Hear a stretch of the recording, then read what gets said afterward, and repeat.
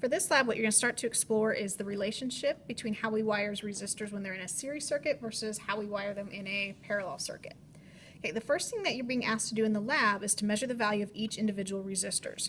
So I'm going to be using kind of this bottom right-hand portion of the multimeter to start out to measure that resistance.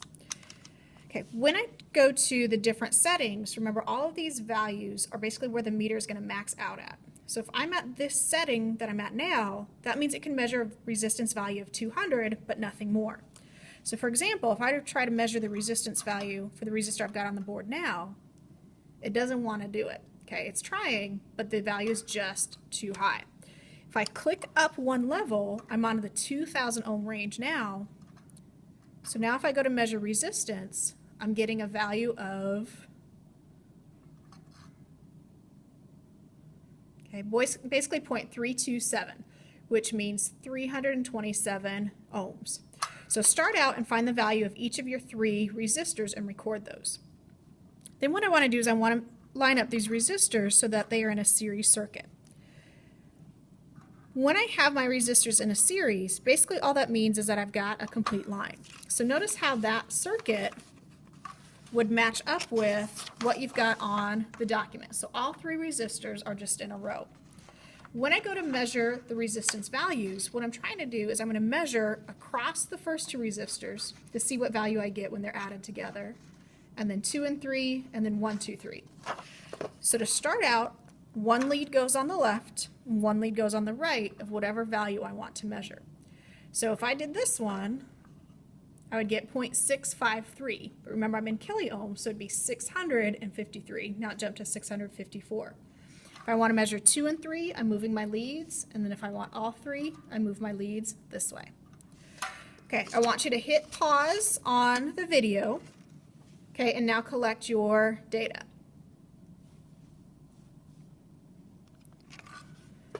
Okay, the next circuit that I want to do is I want to measure my parallel circuit. Okay, so when I have a parallel circuit, basically what that means is I've got different paths back to the battery. Okay, notice how I've got resistor 1, 2, and 3 kind of lined up in a row. Use the same 1, 2, and 3 values that you had before. Okay, so when I measure R12, all I want is resistor 1 and 2 hooked together. When I measure R1, 2, 3, I want all of them hooked together. So the easiest way to do this, I like to actually move the circuit board 90 degrees. So by moving it 90 degrees, then I can set up my resistors exactly like they look on the picture. So if I want just resistor 1 and 2 together, I've got to add my wires to connect resistor 1 and 2 together. With just one wire, what I've done is I've created a series pathway. So I need my wires on either side. When I go to measure the resistance, one lead has to go on one side, one lead has to go on the other side. If they're on the same side of the circuit, all I'm going to do is I'm going to measure the resistance of the wire. But I want the resistor of the entire thing, so I'm going to go cross corners. It doesn't matter if I do these two corners or these two corners. If I want to measure the resistance between 2 and 3, all I'm going to do is I'm going to swing my wires, and now I'm going to connect resistor 2 and 3 together. Okay, same thing, I just want to measure across corners. If I want all three resistors measured, it is now 3:15.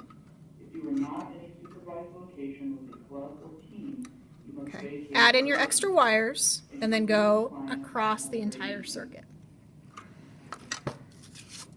Okay, pause the video and take your own measurements, please.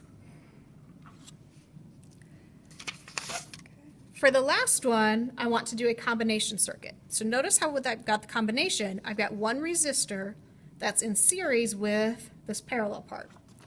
From your parallel circuit, the easiest thing to do is just pull one wire. Now I've got this in series with the whole circuit.